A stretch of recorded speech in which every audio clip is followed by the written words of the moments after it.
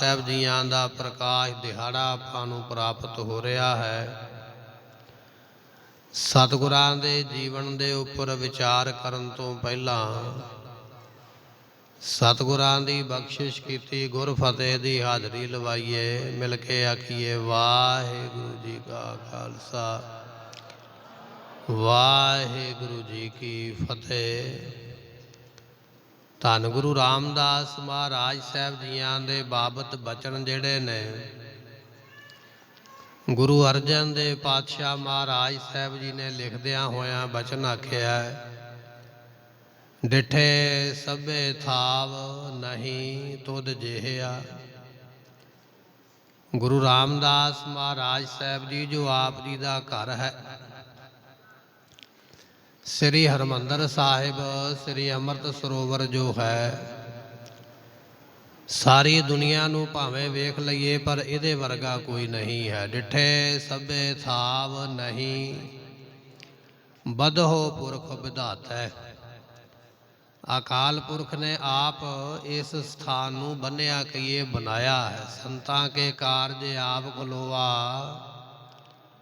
ਜਦੋਂ ਗੁਰੂ ਅਰਜਨ ਦੇਵ ਪਾਤਸ਼ਾਹ ਮਹਾਰਾਜ ਸੇਵਾ ਕਰਵਾਉਂਦੇ ਪਏ ਨਾ ਅੰਮ੍ਰਿਤ ਸਰੋਵਰ ਦੇ, ਉਸ ਵੇਲੇ ਸਿੱਖਾਂ ਨੇ ਆ ਕੇ ਬੇਨਤੀ ਕੀਤੀ, ਮਹਾਰਾਜ ਕੁਝ ਵਿਅਕਤੀ ਇਸ ਤਰ੍ਹਾਂ ਦੇ ਬੜੀ ਭਾਵਨਾ ਨਾਲ ਬੜੀ ਡਾਢੀ ਸੇਵਾ ਕਰਦੇ ਪਏ, ਮਿੱਟੀ ਦੀਆਂ ਟੋਕਰੀਆਂ ਭਰ ਕੇ ਲੱਗੇ ਹੋਏ, ਕਿਸੇ ਹੋਰ ਇਲਾਕੇ 'ਚੋਂ ਆਏ ਲੱਗਦੇ ਨੇ, ਸਾਡੀ ਪਛਾਣ ਵਿੱਚ ਨਹੀਂ। ਬੜੇ ਉਹਨਾਂ ਦੇ ਚਿਹਰਿਆਂ ਦੇ ਉੱਪਰ ਨੂਰ ਹੈ। ਗੁਰੂ ਅਰਜਨ ਦੇਵ ਪਾਤਸ਼ਾਹ ਮਹਾਰਾਜ ਸਾਹਿਬ ਜੀ ਨੇ ਵੇਖ ਕੇ ਆਖਿਆ, ਕਹਿਣ ਲੱਗੇ, ਸੰਤਾਂ ਕੇ ਕਾਰਜ ਆਪ ਖਲੋਆ, ਹਰ ਕੰਮ ਕਰਾਵਨ ਆਇਆ ਰਾਮ, ਧਰਤ ਸੁਹਾਵੀ ਤਾਲ ਸੁਹਾਵਾ ਵਿੱਚ ਅੰਮ੍ਰਿਤ। ਸਤਿਗੁਰੂ ਕਹਿਣ ਲੱਗੇ, ਭਾਈ ਇਹ ਅਕਾਲ ਪੁਰਖ ਆਪ ਇਹਨਾਂ ਸੇਵਾਵਾਂ ਨੂੰ ਮੁੱਖ ਰੱਖਦਿਆਂ ਹੋਇਆਂ ਆਪ ਆ ਕੇ ਸੇਵਾ ਕਰਦੇ ਪਏ। ਵਸਦੀ ਸਗਨੇ ਅਪਾਰ ਅਨੂਪ ਰਾਮਦਾਸਪੁਰ, ਡਿਠੇ ਸਭੇ ਥਾਵ ਨਹੀਂ ਬਧੋ ਪੁਰਖ ਵਿਧਾਤੇ। ਅਕਾਲ ਪੁਰਖ ਨੇ ਆਪ ਇਸ ਦੀ ਸੇਵਾ ਕਰਵਾਈ ਹੈ ਵਿੱਚ ਵਿਚਰ ਕੇ, ਤਾਂ ਤੂੰ ਸੋਹਿਆ ਵਸਦੀ ਸਗਨੇ ਅਪਾਰ ਅਨੂਪ ਰਾਮਦਾਸਪੁਰ। ਅੱਗੇ ਮਹਾਰਾਜ ਵਰ ਬਖਸ਼ਿਸ਼ ਕਰਦੇ ਕਹਿਣ ਲੱਗੇ, ਹਰਹਾਂ ਕਸਮਲ ਜਾਹੇ। ਕਸਮਲ ਕਹੀਏ ਜਿਹੜੇ ਵੱਡੇ ਵੱਡੇ ਬੱਜਰ ਪਾਪ ਨੇ ਉਹ ਚਲੇ ਜਾਂਦੇ, ਨਾਸ ਹੋ ਜਾਂਦੇ। ਕਿਵੇਂ ਨਾਸ ਹੁੰਦੇ? ਨਹਾਇਆ ਰਾਮਦਾਸ ਸਰ, ਜਿਹੜਾ ਇਸ ਸਰੋਵਰ ਵਿੱਚ ਇਸ਼ਨਾਨ ਵੀ ਕਰੇਗਾ ਉਹਦੇ ਕਈ ਤਰ੍ਹਾਂ ਦੇ ਪਾਪ ਜਿਹੜੇ ਨੇ ਇਸ਼ਨਾਨ ਕੀਤਿਆਂ ਉਤਰ ਜਾਣਗੇ।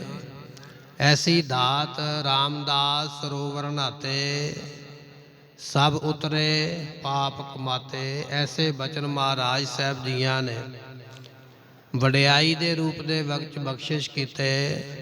ਧੰਨ ਬਾਬਾ ਹਰਦਾਸ ਜੀ, ਧੰਨ ਮਾਤਾ ਦਇਆ ਕੌਰ ਜੀ ਲਾਹੌਰ ਦੇ ਜੋ ਚੂਨਾ ਮੰਡੀ ਬਾਜ਼ਾਰ ਹੈ ਉਸ ਦੇ ਵਿੱਚ ਰਹਿਣ ਵਾਲੇ ਨੇ। ਅੱਜ ਦੇ ਦਿਨ ਗੁਰੂ ਰਾਮਦਾਸ ਪਾਤਸ਼ਾਹ ਜੀ ਨੇ ਇਹਨਾਂ ਦੇ ਘਰ ਦੇ ਵਿੱਚ ਅਵਤਾਰ ਧਾਰਿਆ ਹੈ। ਗੁਰੂ ਰਾਮਦਾਸ ਮਹਾਰਾਜ ਸਾਹਿਬ ਜੀ ਆਪਣੇ ਮਾਤਾ ਪਿਤਾ ਦੀ ਇੱਕ ਇਕਲੌਤੀ ਔਲਾਦ ਨੇ। ਮਹਾਰਾਜ ਦੇ ਰਿਸ਼ਤੇ ਵਿੱਚ ਭੈਣ ਭਰਾ ਤੇ ਭਾਵੇਂ ਹੋਰ ਸਨ, ਪਰ ਆਪਣੇ ਮਾਤਾ ਪਿਤਾ ਦੇ ਮਹਾਰਾਜ ਸਾਹਿਬ ਜੀ ਇਕੱਲੇ ਹੀ ਸੰਤਾਨ ਸਨ, ਕੋਈ ਸਕਾ ਭਰਾ ਜਾਂ ਸਕੀ ਭੈਣ ਨਹੀਂ ਹੈ।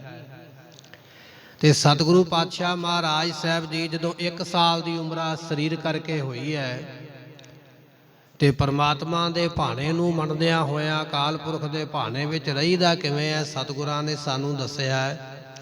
1 ਸਾਲ ਦੀ ਉਮਰ ਸਰੀਰ ਕਰਕੇ ਹੋਈ ਹੈ। ਮਹਾਰਾਜ ਜੀਆਂ ਦੇ ਮਾਤਾ ਜੀ ਸਰੀਰ ਛੱਡ ਗਏ, ਇਸ ਫਾਨੀ ਸੰਸਾਰ ਤੋਂ ਕੂਚ ਕਰ ਗਏ। ਆਪਣੀ ਮਾਤਾ ਜੀ ਦੀ ਅੰਤਮ ਕਿਰਿਆ ਹੁੰਦੀ ਆਪ ਵੇਖਦੇ ਪਏ। ਗੁਰੂ ਰਾਮਦਾਸ ਮਹਾਰਾਜ ਸਾਹਿਬ ਜੀ ਆਪਣੀ ਮਾਤਾ ਦਾ ਅੰਤਮ ਸੰਸਕਾਰ ਵੀ ਵੇਖਿਆ ਹੈ, ਪਰ ਅਜੇ ਬਾਲਕ ਉਮਰ ਹੈ, ਸਮਝ ਨਹੀਂ ਹੈ ਦੁਨੀਆਦਾਰੀ ਸੰਸਾਰ ਦੀ। ਥੋੜਾ ਸਮਾਂ ਅਜੇ ਹੋਰ ਲੰਘਿਆ ਹੈ, 7 ਕੁ ਸਾਲ ਦੀ ਉਮਰ ਹੈ ਤੇ ਪਰਮਾਤਮਾ ਦਾ ਐਸਾ ਭਾਣਾ ਵਾਪਰਿਆ ਹੈ। ਮਹਾਰਾਜ ਸਾਹਿਬ ਜੀਆਂ ਦੇ ਪਿਤਾ ਜੀ ਬਾਬਾ ਹਰਦਾਸ ਵੀ ਆਪਣਾ ਸਰੀਰ ਛੱਡ ਕੇ ਸੱਚਖੰਡ ਚਲੇ ਗਏ। ਗੁਰੂ ਰਾਮਦਾਸ ਮਹਾਰਾਜ ਸਾਹਿਬ ਜੀ 7 ਸਾਲ ਦੀ ਉਮਰ ਤੱਕ ਮਾਤਾ ਪਿਤਾ ਦੋਨੇ ਹੀ ਸਰੀਰਕ ਵਿਛੋੜਾ ਦੇ ਕੇ ਸੱਚਖੰਡ ਜਾ ਚੁੱਕੇ ਸਨ।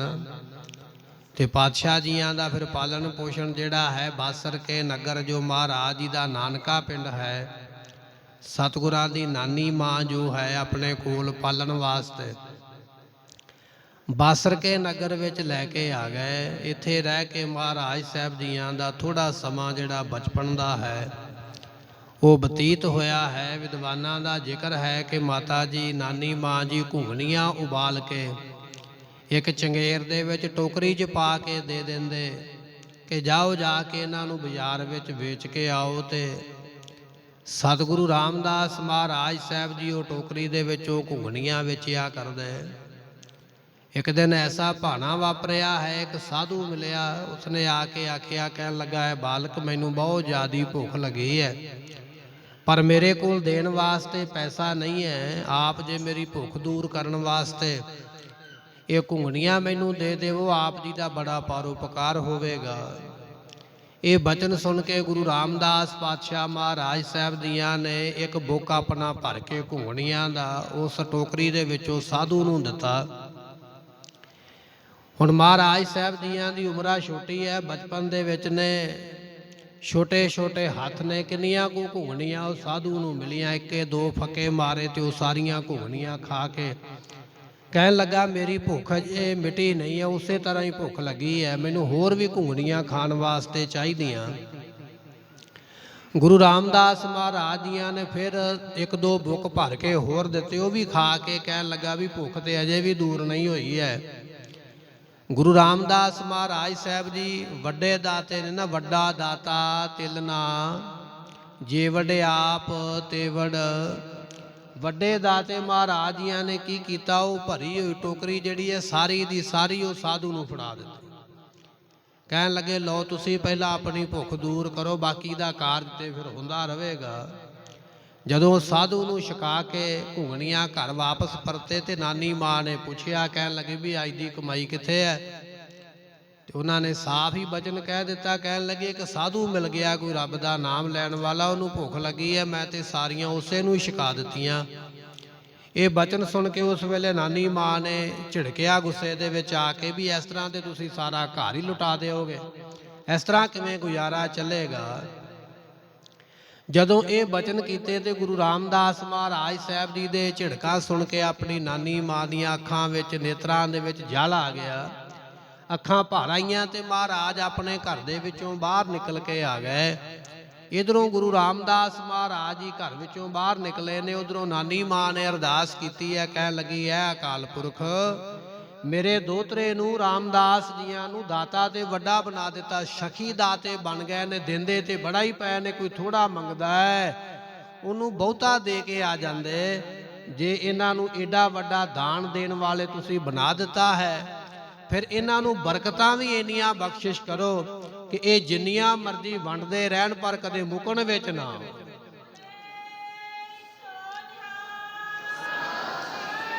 ਅਕਾਲ ਪੁਰਖ ਦੇ ਦਰ ਤੇ ਅਰਦਾਸ ਪ੍ਰਵਾਨ ਹੁੰਦੀ ਹੈ। ਅੱਜ ਗੁਰੂ ਰਾਮਦਾਸ ਮਹਾਰਾਜ ਸਾਹਿਬ ਜੀ ਇੰਨੇ ਵੱਡੇ ਦਾਤੇ ਨੇ, ਬਚਨ ਆਉਂਦਾ ਦਿੰਦਾ ਦੇ ਲੈਂਦੇ ਥੱਕ ਪਾਏ। ਸਾਰੀ ਦੁਨੀਆ ਅੱਜ ਉਹਦੇ ਦੁਰ ਤੋਂ ਮੰਗਦੀ ਪਈ ਹੈ, ਖਾਂਦੀ ਪਈ ਹੈ, ਲੈਂਦੀ ਪਈ ਹੈ। ਵਾਕਿਆ ਹੀ ਗੁਰੂ ਰਾਮਦਾਸ ਮਹਾਰਾਜ ਇੰਨੇ ਵੱਡੇ ਦਾਤੇ ਨੇ ਕਿ ਉਹਨਾਂ ਦੀ ਦਾਤ ਵਿੱਚ ਅੱਗ ਕਿਤੇ ਕੋਈ ਘਾਟਾ ਨਹੀਂ ਆਉਂਦਾ ਹੈ। ਐਸੀਆਂ ਦਾਤਾਂ ਦੇਣ ਵਾਲੇ ਗੁਰੂ ਰਾਮਦਾਸ ਮਹਾਰਾਜ ਸਾਹਿਬ ਜੀ ਦਾ ਅੱਜ ਆਪਾਂ ਪ੍ਰਕਾਸ਼ ਦਿਹਾੜਾ ਮਨਾ ਰਹੇ ਹਾਂ। ਗੁਰਮੁਖੋ ਕਈ ਵਾਰੀ ਆਪਾਂ ਗੁਰੂ ਰਾਮਦਾਸ ਮਹਾਰਾਜ ਜੀਆਂ ਦੇ ਨਾਮ ਦੇ ਨਾਲ ਜੇਠਾ ਸ਼ਬਦ ਵੀ ਕਈ ਵਾਰੀ ਵਰਤ ਲੈਂਦੇ ਹਾਂ ਕਿ ਮਹਾਰਾਜ ਜੀ ਦਾ ਨਾਮ ਭਾਈ ਜੇਠਾ ਹੈ, ਪਰ ਗੁਰਬਾਣੀ ਦੇ ਵਿੱਚ ਗੁਰੂ ਰਾਮਦਾਸ ਮਹਾਰਾਜ ਦੇ ਨਾਮ ਦੇ ਨਾਲ ਕਿਤੇ ਵੀ ਜੇਠਾ ਸ਼ਬਦ ਨਹੀਂ ਵਰਤਿਆ ਗਿਆ। ਇੱਕ ਛੋਟੀ ਜੀ ਉਦਾਹਰਨ ਹੈ ਸਮਝਣ ਵਾਸਤੇ।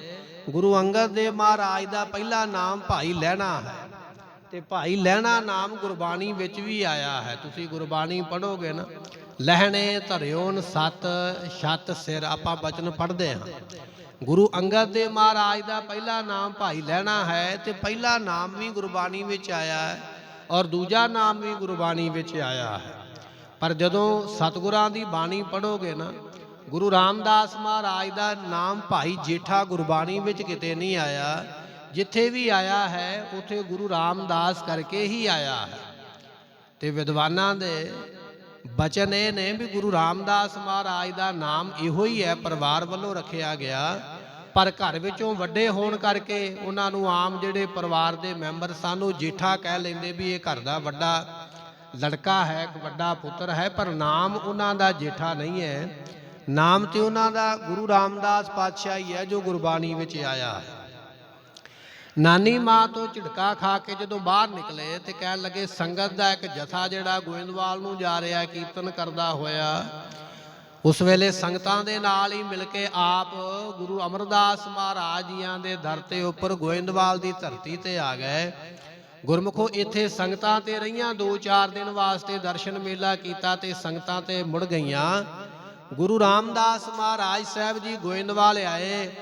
ਗੋਇੰਦਵਾਲ ਇੱਕ ਦਿਨ ਨਹੀਂ ਜਾਂ 2 ਦਿਨ ਨਹੀਂ, ਮਹਾਰਾਜ ਨੇ 20 ਸਾਲ ਗੋਇੰਦਵਾਲ ਦੇ ਵਿੱਚ ਰਹਿ ਕੇ ਇਕੱਲੀ ਸੇਵਾ ਹੀ ਕੀਤੀ ਹੈ। ਗੁਰੂ ਪਦਵੀ ਮਿਲਣ ਤੋਂ ਪਹਿਲਾਂ ਆਪ 20 ਸਾਲ ਗੋਇੰਦਵਾਲ ਦੇ ਵਿੱਚ ਰਹਿ, ਜਿਸ ਬੌਲੀ ਦੇ ਵਿੱਚ ਆਪ ਇਸ਼ਨਾਨ ਕਰਦੇ ਹੋ ਨਾ ਸੰਗਤਾਂ ਜਾ ਕੇ ਗੋਇੰਦਵਾਲ, ਵੈਸੇ ਤੇ ਲੋਕ ਅੱਜ ਬੜਾ ਪ੍ਰੋਪੋਗੰਡਾ ਕਰਦੇ, ਤਰਕਾਂ ਕੁਤਰਕਾਂ ਵਾਲੀਆਂ ਗੱਲਾਂ ਕਰਦੇ ਕਿ ਬੌਲੀ ਵਿੱਚ ਇਸ਼ਨਾਨ ਕੀਤਿਆਂ 84 ਕਿਵੇਂ ਕੱਟੀ ਜਾ ਸਕਦੀ ਹੈ। ਇਸ ਤਰ੍ਹਾਂ ਦੀਆਂ ਨਿਸ਼ਰਦਾ ਗੱਲਾਂ ਕਰਨ ਵਾਲੇ ਬੜੇ ਲੋਕ ਨੇ। ਆਪਾਂ ਨੂੰ ਚਲੋ ਉਹਨਾਂ ਦੀ ਵਿਚਾਰ ਬਹੁਤੀ ਰੱਖਣ ਦੀ ਲੋੜ ਨਹੀਂ ਹੈ, ਪਰ ਜਿਸ ਬੌਲੀ ਵਿੱਚ ਆਪਾਂ ਇਸ਼ਨਾਨ ਕਰਦੇ ਹਾਂ, ਇਸ ਬੌਲੀ ਦੀ ਮਿੱਟੀ ਢੋਂਦਿਆਂ ਗੁਰੂ ਰਾਮਦਾਸ ਮਹਾਰਾਜ ਜੀਆਂ ਨੇ 6 ਸਾਲ ਦਾ ਸਮਾਂ ਲਾਇਆ। 6 ਸਾਲ ਆਪਣੇ ਸਿਰ ਦੇ ਉੱਪਰ ਮੜਾਸਾ ਬੰਨ੍ਹ ਕੇ ਤੇ ਸਿਰ ਦੇ ਉੱਪਰ ਟੋਕਰੀਆਂ ਚੁੱਕ ਚੁੱਕ ਕੇ ਮਹਾਰਾਜ ਜੀਆਂ ਨੇ ਉਸ ਬੌਲੀ ਦੀ ਸੇਵਾ ਕਰਵਾਈ ਹੈ। ਜਿਸ ਬੌਲੀ ਦੀ ਸੇਵਾ ਧੰਨ ਗੁਰੂ ਰਾਮਦਾਸ ਮਹਾਰਾਜ ਨੇ ਆਪਣੇ ਸਿਰ ਤੇ ਟੋਕਰੀਆਂ ਚੱਕ ਕੇ ਕੀਤੀ ਹੋਵੇ, ਔਰ 6 ਸਾਲ ਮਹਾਰਾਜ ਇਸ ਸੇਵਾ ਵਿੱਚ ਲੱਗੇ ਰਹੇ, ਗੁਰੂ ਅਮਰਦਾਸ ਮਹਾਰਾਜ ਦੀਆਂ ਖੁਸ਼ੀਆਂ ਲੈਂਦੇ ਰਹੇ।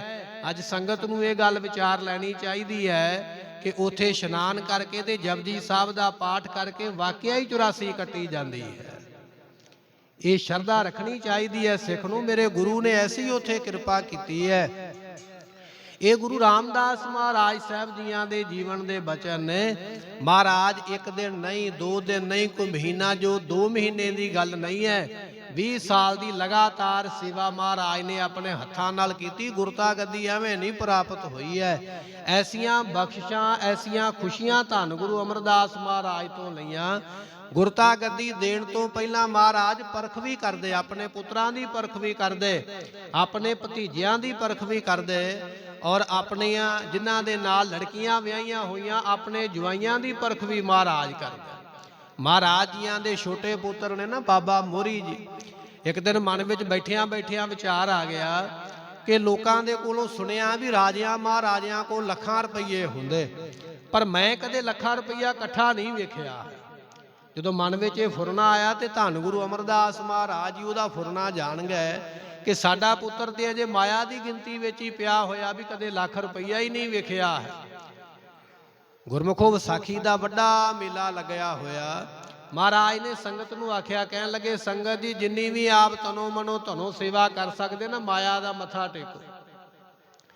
ਮਹਾਰਾਜ ਸਾਹਿਬ ਜੀਆਂ ਦਾ ਬਚਨ ਮੰਨ ਕੇ ਜਦੋਂ ਸੰਗਤਾਂ ਨੇ ਮਾਇਆ ਮੱਥਾ ਟੇਕੀ ਤੇ ਲੱਖਾਂ ਦੇ ਹਿਸਾਬ ਨਾਲ ਪੈਸਾ ਇਕੱਠਾ ਹੋਇਆ। ਬਾਬਾ ਮੋਹਰੀ ਜੀ ਉਹ ਪੈਸੇ ਨੂੰ ਗਿਣ ਲੱਗ ਪਏ। ਵੇਖਿਆ ਨਹੀਂ ਸੀ ਨਾ, ਮਨ ਦੀ ਤਮੰਨਾ ਸੀ ਵੀ ਵੇਖਾਂ, ਹੁਣ ਵੇਖ ਲਿਆ, ਹੁਣ ਗਿਣਨ ਲੱਗ ਪਏ। ਗਿਣਦਿਆਂ ਗਿਣਦਿਆਂ ਸਿੱਕਿਆਂ ਨੂੰ ਹੱਥ ਲੱਗਦਾ ਹੈ, ਉਹ ਮੈਲ ਜਿਹੜੀ ਹੈ ਕਾਲਖ ਮਾਇਆ ਦੀ ਹੱਥਾਂ ਨੂੰ ਲੱਗ ਗਈ।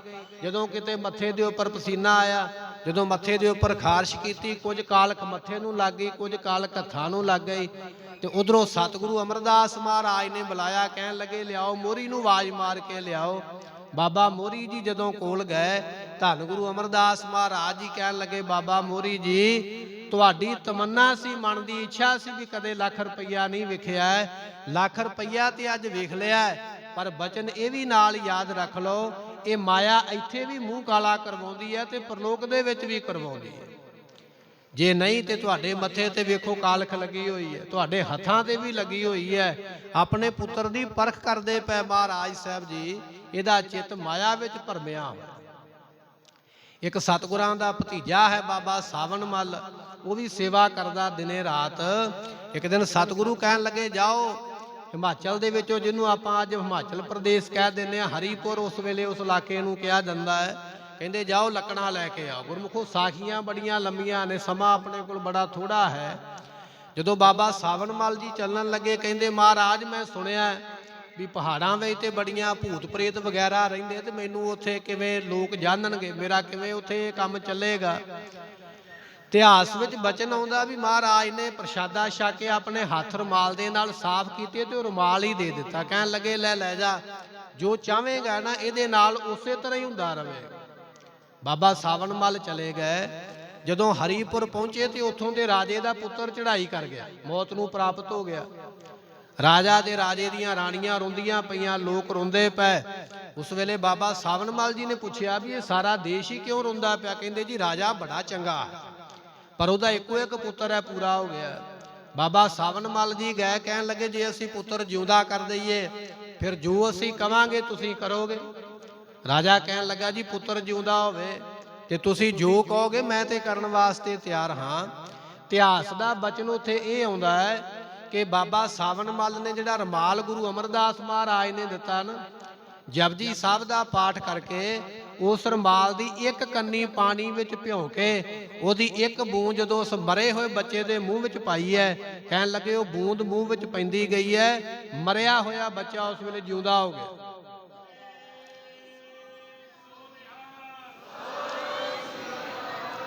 ਐਸੀ ਕਿਰਪਾ ਵਰਤੀ ਹੈ, ਰਾਜਾ ਸ਼ਰਧਾਲੂ ਬਣ ਗਿਆ। ਹੁਣ ਜਿੰਨੀਆਂ ਲੱਕੜਾਂ ਗੋਇੰਦਵਾਲ ਚਾਹੀਦੀਆਂ ਘਰ ਬਣਾਉਣ ਵਾਸਤੇ ਲੱਕੜਾਂ ਬੜੀਆਂ ਹੀ ਆਉਣ ਲੱਗ ਪਈਆਂ। ਸਤਿਗੁਰਾਂ ਨੇ ਸੁਨੇਹਾ ਭੇਜਿਆ ਵੀ ਜਾਓ ਸਾਵਣ ਮੱਲ ਨੂੰ ਕਹੋ ਵੀ ਵਾਪਸ ਆ ਜਾਵੇ। ਹੁਣ ਸਾਵਣ ਮੱਲ ਦੇ ਮਨ ਵਿੱਚ ਆ ਗਿਆ ਵੀ ਜੇ ਵਾਪਸ ਗਿਆ ਤੇ ਮਹਾਰਾਜ ਨੇ ਕਹਿਣਾ ਵੀ ਲਿਆ ਸਾਡਾ ਰੁਮਾਲ ਵਾਪਸ ਕਰ ਦੇ, ਤੇ ਰੁਮਾਲ ਦੇ ਵਿੱਚ ਤੇ ਸ਼ਕਤੀਆਂ, ਮੈਂ ਤੇ ਫਿਰ ਖਾਲੀ ਰਹਿ ਜਾਣਾ। ਬਹਾਨਾ ਮਾਰਨ ਲੱਗ ਪਿਆ ਜੀ ਅਗਲੇ ਮਹੀਨੇ ਆਵਾਂਗਾ, ਕਦੇ ਆਖਦਾ ਠੰਡ ਹੈ, ਕਦੇ ਆਖਦਾ ਗਰਮੀ ਹੈ, ਕੋਈ ਨਾ ਕੋਈ ਬਹਾਨਾ ਲਾ ਛੱਡਿਆ ਕਰ। ਇੱਥੇ ਹੁਣ ਰਾਜਾ ਮੇਰਾ ਸੇਵਕ ਬਣਿਆ, ਮੇਰੀ ਸੇਵਾ ਹੁੰਦੀ ਹੈ, ਸ਼ਕਤੀਆਂ ਮੇਰੇ ਕੋਲ ਨੇ, ਵਾਪਸ ਜਾਵਾਂਗਾ ਤੇ ਮੇਰਾ ਸਭ ਕੁਝ ਮਹਾਰਾਜ ਨੇ ਵਾਪਸ ਲੈ ਲੈਣਾ।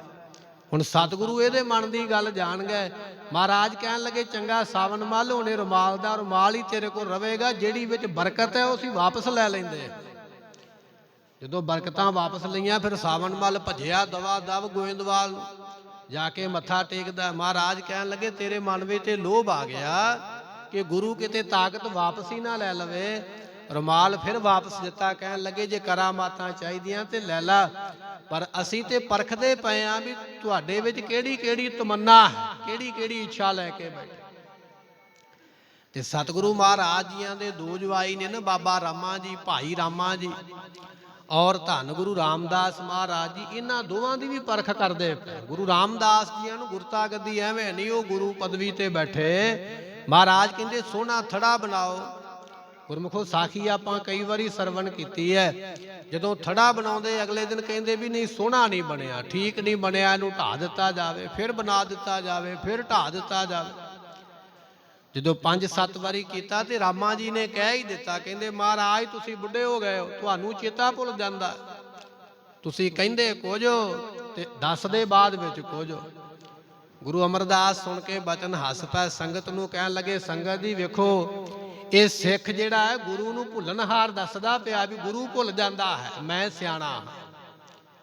ਵੱਡਾ ਜਵਾਈ ਵੀ ਵੇਖਿਆ ਵੀ ਨਹੀਂ ਇਹ ਗੁਰੂ ਵਿੱਚ ਗਲਤੀ ਕੱਢਦਾ, ਆਪਣੇ ਵਿੱਚ ਨਹੀਂ ਕੱਢਦਾ। ਗੁਰੂ ਰਾਮਦਾਸ ਪਾਤਸ਼ਾਹ ਨੂੰ ਵੀ ਆਖਿਆ, ਕਹਿੰਦੇ ਥੜਾ ਸੋਹਣਾ ਨਹੀਂ ਬਣਿਆ। ਹੱਥ ਜੋੜ ਕੇ ਆਖਿਆ, ਕਹਿਣ ਲੱਗੇ ਹਮ ਅਵਗੁਣ ਭਰੇ ਏਕ ਗੁਣ ਨਾਹੀ। ਮਹਾਰਾਜ ਅਵਗੁਣ ਹਾਰੇ ਜੋ ਹੈ, ਭੁੱਲਣਹਾਰ ਹੋਏ ਪਾਤਸ਼ਾਹ, ਅਸੀਂ ਭੁੱਲ ਜਾਂਦੇ ਆ।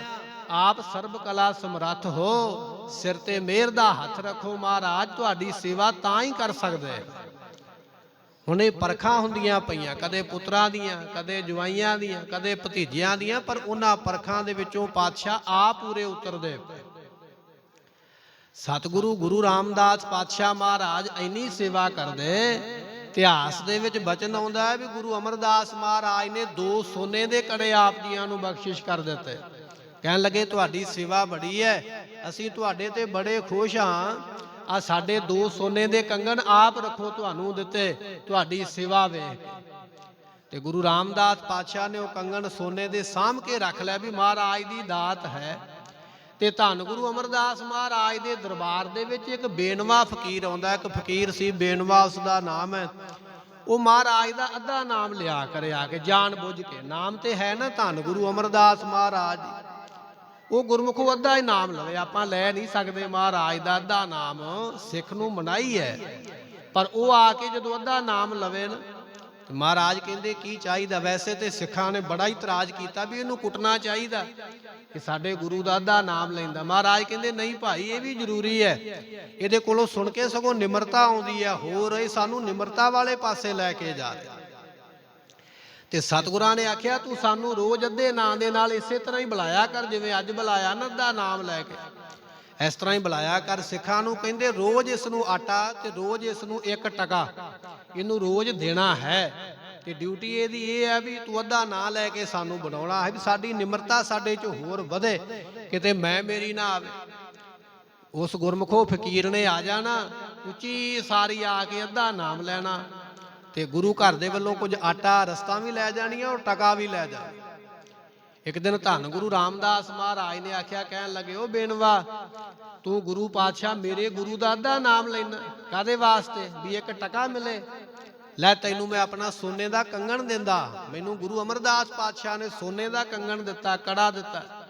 ਤੂੰ ਸੋਨੇ ਦਾ ਕੜਾ ਲੈ ਜਾ, ਪਰ ਮੇਰੇ ਨਾਲ ਇੱਕ ਵਾਅਦਾ ਕਰਕੇ ਜਾ ਵੀ ਅੱਜ ਤੋਂ ਬਾਅਦ ਗੁਰੂ ਦਾ ਅੱਧਾ ਨਾਮ ਨਹੀਂ ਲਵੇਂ। ਕਹਿਣ ਲੱਗਾ ਜੀ ਮੈਂ ਸੌਗੰਧ ਖਾਂਦਾ, ਮੈਂ ਸਹੁੰ ਖਾਂਦਾ, ਅੱਜ ਤੋਂ ਬਾਅਦ ਨਹੀਂ ਲਵਾਂਗਾ। ਸੋਨੇ ਦਾ ਕੜਾ ਲੈ ਕੇ ਚਲਾ ਗਿਆ। ਪਰ ਲੋਭ ਗੁਰਮੁਖੋ ਭਾਰੀ ਹੁੰਦਾ ਨਾ। 8-10 ਦਿਨ ਲੰਘੇ, ਉਹਦੇ ਮਨ ਵਿੱਚ ਆਇਆ ਵੀ ਕੜਾ ਤੇ ਹੁਣ ਆਪਣਾ ਹੋ ਗਿਆ। ਦੁਬਾਰਾ ਫਿਰ ਆ ਕੇ ਉਹਨੇ ਅੱਧਾ ਨਾਮ ਲੈ ਲਿਆ। ਉਸ ਵੇਲੇ ਗੁਰੂ ਰਾਮਦਾਸ ਮਹਾਰਾਜ ਨੇ ਫਿਰ ਦੂਜਾ ਕੜਾ ਵੀ ਦੇ ਦਿੱਤਾ। ਕਹਿਣ ਲੱਗੇ ਹੁਣ ਪੱਕਾ ਵਾਅਦਾ ਕਰ, ਪਹਿਲੇ ਵਾਂਗੂ ਵਾਅਦਾ ਤੋੜ ਨਾ ਦਈ, ਇਹ ਲੈ ਜਾ ਦੂਜਾ ਵੀ ਕੰਗਣ ਆਪਣੇ ਨਾਲ, ਪਰ ਮੇਰੇ ਗੁਰੂ ਦਾ ਅੱਧਾ ਨਾਮ ਨਾ ਲਿਆ ਕਰ, ਮੈਨੂੰ ਇਹ ਗੱਲ ਚੰਗੀ ਨਹੀਂ ਲੱਗਦੀ। ਦੂਜਾ ਕੜਾ ਵੀ ਲੈ ਕੇ ਤੁਰ ਪਿਆ। 8-10 ਦਿਨ ਲੰਘੇ, ਫਿਰ ਆ ਗਿਆ ਵਾਪਸ, ਫਿਰ ਉਸੇ ਤਰ੍ਹਾਂ ਹੀ ਅੱਧਾ ਨਾਮ ਲਿਆ ਕੇ।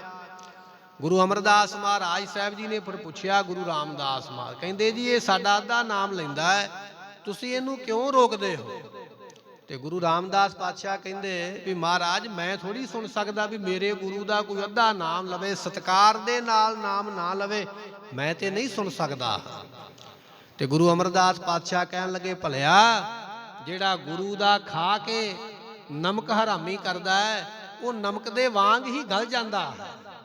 ਇਹ ਬਚਨ ਹੋ ਗਿਆ ਧੰਨ ਗੁਰੂ ਅਮਰਦਾਸ ਪਾਤਸ਼ਾਹ, ਬਚਨ ਹੋ ਗਿਆ। ਤੇ ਉਸ ਬੇਨਵਾ ਫਕੀਰ ਨੂੰ ਕੋੜ ਹੋ ਗਿਆ, ਸਰੀਰ ਝੜਨ ਲੱਗ ਪਿਆ। ਉਸ ਵੇਲੇ ਜਿਵੇਂ ਖੁਰ ਜਾਂਦਾ ਨਮਕ, ਨਮਕ ਦੇ ਵਾਂਗੂ ਸਰੀਰ ਖੁਰਦਾ ਪਿਆ। ਆਪਣੀ ਗਲਤੀ ਦਾ ਅਹਿਸਾਸ ਹੋਇਆ। ਭੱਜ ਕੇ ਗੁਰੂ ਰਾਮਦਾਸ ਮਹਾਰਾਜ ਦੇ ਚਰਨਾਂ ਤੇ ਆ ਕੇ ਪਿਆ। ਕਹਿਣ ਲੱਗਾ ਪਾਤਸ਼ਾਹ ਹੁਣ ਤੁਸੀਂ ਬਖਸ਼ਾ ਸਕਦੇ, ਤੁਹਾਡੇ ਬਿਨਾਂ ਬਖਸ਼ਾ ਕੋਈ ਨਹੀਂ ਸਕਦਾ। ਆਪਣੇ ਕੜੇ ਵੀ ਵਾਪਸ ਲੈ ਲਓ, ਮੈਂ ਤੇ ਲੋਭ ਦੇ ਵਿੱਚ ਆ ਕੇ ਐਸਾ ਬਚਨ ਕਰ ਬੈਠਾ। ਕੜੇ ਵਾਪਸ ਲੈ ਲਓ ਪਰ ਮੈਨੂੰ ਬਖਸ਼ਾ ਦਿਓ। ਗੁਰੂ ਰਾਮਦਾਸ ਪਾਤਸ਼ਾਹ ਕਹਿਣ ਲੱਗੇ ਗੁਰੂ ਦਾ ਸਿੱਖ ਵਸਤੂ ਦੇ ਕੇ ਵਾਪਸ ਨਹੀਂ ਲੈਂਦਾ, ਇਹ ਕੜੇ ਤੇ ਵਾਪਸ ਨਹੀਂ ਲਵਾਂਗੇ, ਪਰ ਅਸੀਂ ਅਰਦਾਸ ਕਰਕੇ ਤੈਨੂੰ ਬਖਸ਼ਾ ਜ਼ਰੂਰ ਦਿਆਂਗੇ, ਪਰ ਬਚਨ ਇਹ ਕਰ ਵੀ ਅੱਜ ਤੋਂ ਬਾਅਦ ਐਸਾ ਬਚਨ ਕਦੇ ਕਹਿਣਾ ਨਹੀਂ ਹੈ, ਗੁਰੂ ਦੇ ਨਾਮ ਨੂੰ ਸਤਿਕਾਰ ਦੇ ਨਾਲ ਲੈਣਾ। ਤੌਬਾ ਕੀਤੀ ਹੈ। ਗੁਰੂ ਰਾਮਦਾਸ ਪਾਤਸ਼ਾਹ ਨੇ ਗੁਰੂ ਅਮਰਦਾਸ ਪਾਤਸ਼ਾਹ ਨੂੰ ਬੇਨਤੀ ਕੀਤੀ। ਕਹਿਣ ਲੱਗੇ ਮਹਾਰਾਜ ਸਾਡੀ ਹੱਥ ਜੋੜ ਕੇ ਬੇਨਤੀ ਹੈ, ਇਹੀ ਅਰਦਾਸ ਹਮਾਰੀ ਸੁਆਮੀ। ਮਹਾਰਾਜ ਸਾਡੀ ਅਰਦਾਸ ਇਹ ਹੈ, ਇਹਨੂੰ ਮਾਫ ਕਰ ਦਿਓ, ਬਚਨ ਵਾਪਸ ਹੋ ਜਾਵੇ। ਤੇ ਸਤਿਗੁਰੂ ਅਮਰਦਾਸ ਪਾਤਸ਼ਾਹ ਕਹਿਣ ਲੱਗੇ ਗੁਰੂ ਰਾਮਦਾਸ ਜੀ ਨੂੰ, ਕਹਿਣ ਲੱਗੇ ਤੁਹਾਡਾ ਬਚਨ ਤੇ ਅਸੀਂ ਮੋੜ ਹੀ ਨਹੀਂ ਨਾ ਸਕਦੇ। ਜੇ ਤੁਸੀਂ ਆਪ ਵੀ ਇਹਨੂੰ ਕਹਿ ਦਿੰਦੇ ਨਾ, ਤੁਹਾਡਾ ਬਚਨ ਵੀ ਇਹਨਾਂ ਤੇ ਪੂਰਾ ਹੋ ਜਾਣਾ, ਪਰ ਜੇ ਸਾਡੇ ਕੋਲ ਲੈ ਕੇ ਆਓ ਤੁਹਾਡਾ ਬਚਨ ਨਹੀਂ ਮੋੜਿਆ ਜਾ ਸਕਦਾ। ਉਹ ਬੇਨਵਾ ਫਕੀਰ ਗੁਰੂ ਰਾਮਦਾਸ ਮਹਾਰਾਜ ਦਾ ਸਿੱਖ ਬਣ ਗਿਆ। ਐਸੀ ਵੱਡੀ ਵਡਿਆਈ ਮਹਾਰਾਜ ਸਾਹਿਬ ਜੀਆਂ ਦੀ। ਐਸੇ ਗੁਰੂ ਦਾ ਆਪਾਂ ਗੁਰਪੁਰਬ ਮਨਾ ਰਹੇ ਹਾਂ। ਐਸੇ ਗੁਰ ਕੋ ਬਲ ਬਲ ਜਾਈਏ, ਐਸੇ ਗੁਰ ਕੋ, ਐਸੇ ਗੁਰ ਕੋ,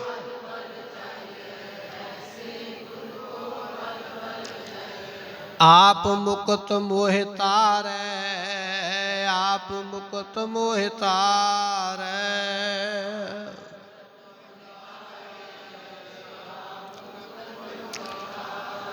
ਆਪ ਮੁਕਤ ਮੋਹਿ ਤਾਰੈ, ਆਪ ਮੁਕਤ ਮੋਹਿ ਤਾਰੈ।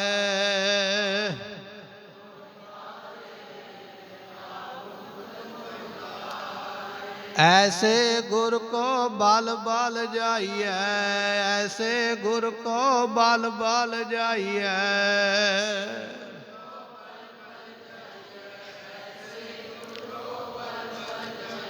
ਇਹ ਧੰਨ ਗੁਰੂ ਰਾਮਦਾਸ ਮਹਾਰਾਜ ਸਾਹਿਬ ਜੀਆਂ ਦੀ ਐਸੀ ਵਡਿਆਈ ਹੈ। ਜਦੋਂ ਪਾਤਸ਼ਾਹ ਦੀ ਸੇਵਾ ਕਰਦਿਆਂ ਬਚਨ ਮੰਨਦਿਆਂ ਸਮਾਂ ਲੰਘਿਆ ਨਾ ਗੋਇੰਦਵਾਲ ਦੀ ਧਰਤੀ ਤੇ ਗੁਰਮੁਖੋ ਜਦੋਂ ਬੰਦੇ ਤੇ ਬਿਪਤਾ ਦਾ ਸਮਾਂ ਆਵੇ ਨਾ, ਉਦੋਂ ਆਪਣੇ ਵੀ ਪਰੇ ਹੋ ਜਾਂਦੇ, ਦੂਰ ਹੋ ਜਾਂਦੇ ਵੀ ਅਸੀਂ ਨਹੀਂ ਇਹਦੇ ਕੁਝ ਵੀ ਲੱਗਦਾ। ਹੁਣ ਆਪਣੇ ਮਨ ਦੇ ਅੰਦਰ ਝਾਤ ਮਾਰੀਏ, ਜਦੋਂ ਗੁਰੂ ਰਾਮਦਾਸ ਮਹਾਰਾਜ ਜੀ ਆਪਣਾ ਲਾਹੌਰ ਦਾ ਘਰ ਛੱਡ ਕੇ ਤੁਰੇ ਹੋਣਗੇ, ਰਿਸ਼ਤੇਦਾਰੀ ਵਿੱਚੋਂ ਚਾਚੀਆਂ ਤਾਈਆਂ ਮਾਮੀਆਂ ਰਿਸ਼ਤੇਦਾਰੀਆਂ ਤੇ ਹੋਣਗੀਆਂ ਨਾ ਮਹਾਰਾਜ ਦੀਆਂ, ਪਰ ਕਿਸੇ ਨਹੀਂ ਆਖਿਆ ਵੀ ਇਹ ਬੱਚੇ ਨੂੰ ਅਸੀਂ ਪਾਲਦੇ ਆ, ਆਪਣੇ ਕੋਲ ਨਹੀਂ ਰੱਖਿਆ ਕਿਸੇ।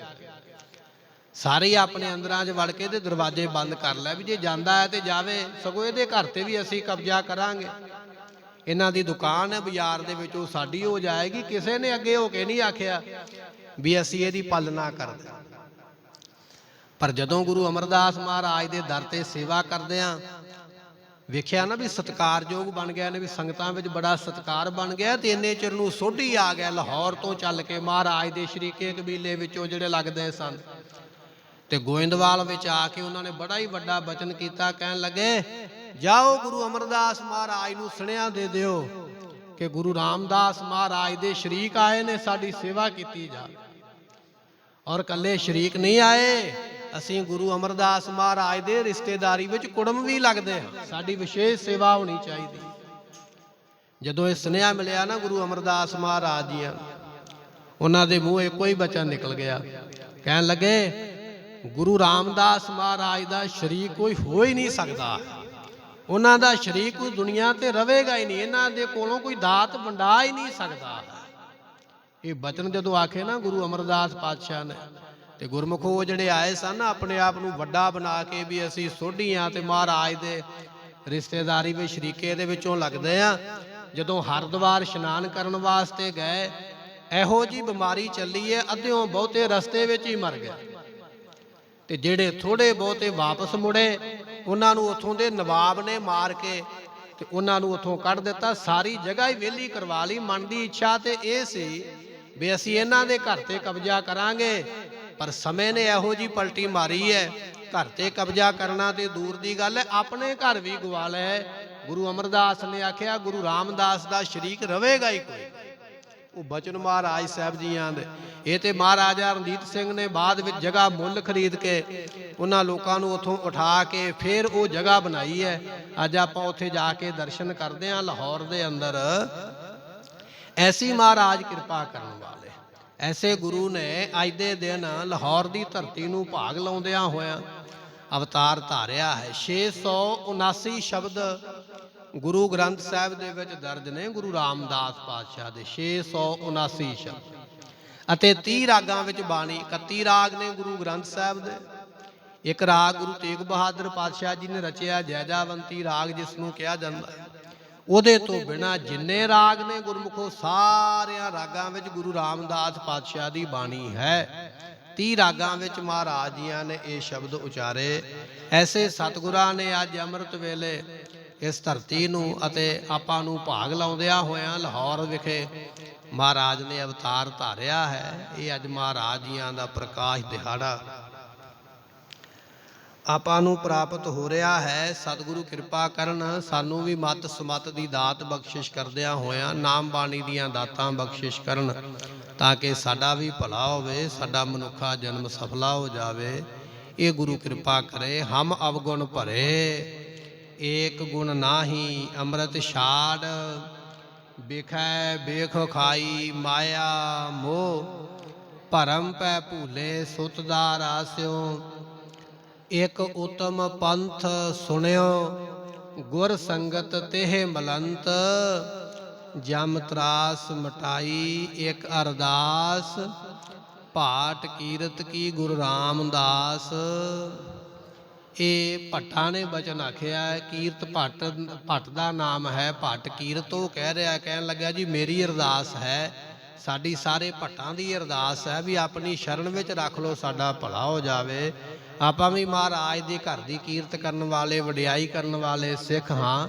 ਸਾਡੇ ਵੱਲੋਂ ਵੀ ਮਹਾਰਾਜ ਨੂੰ ਅਰਦਾਸ ਹੈ, ਮਹਾਰਾਜ ਕਿਰਪਾ ਕਰੋ। ਇੱਕ ਅਰਦਾਸ, ਪਾਠ ਕੀਰਤ ਕੀ ਗੁਰੂ ਰਾਮਦਾਸ, ਸਾਨੂੰ ਆਪਣੀ ਸ਼ਰਨ ਵਿੱਚ ਪਾਤਸ਼ਾਹ ਰੱਖ ਕੇ ਸਾਨੂੰ ਇਸ ਡੁੱਬਦੇ ਸੰਸਾਰ ਵਿੱਚੋਂ ਆ ਮਹਾਰਾਜ ਕੱਢ ਲਓ। ਅਸੀਂ ਸੰਸਾਰ ਵਿੱਚ ਡੁੱਬਦੇ ਪਏ ਹਾਂ।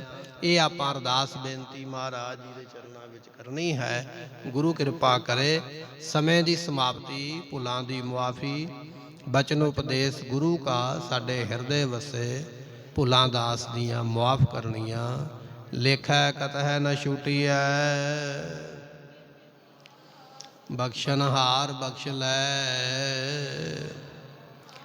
ਵਾਹਿਗੁਰੂ ਜੀ ਕਾ ਖਾਲਸਾ।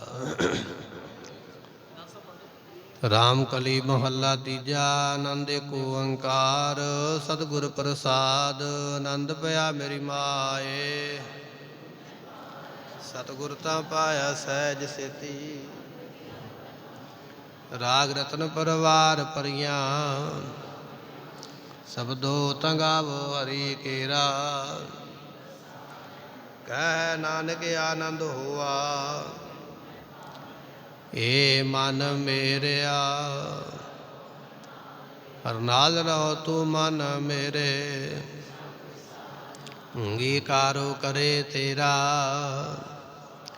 ਸਭਨਾ ਗੱਲਾਂ ਸਮਰੱਥ ਸੁਆਮੀ,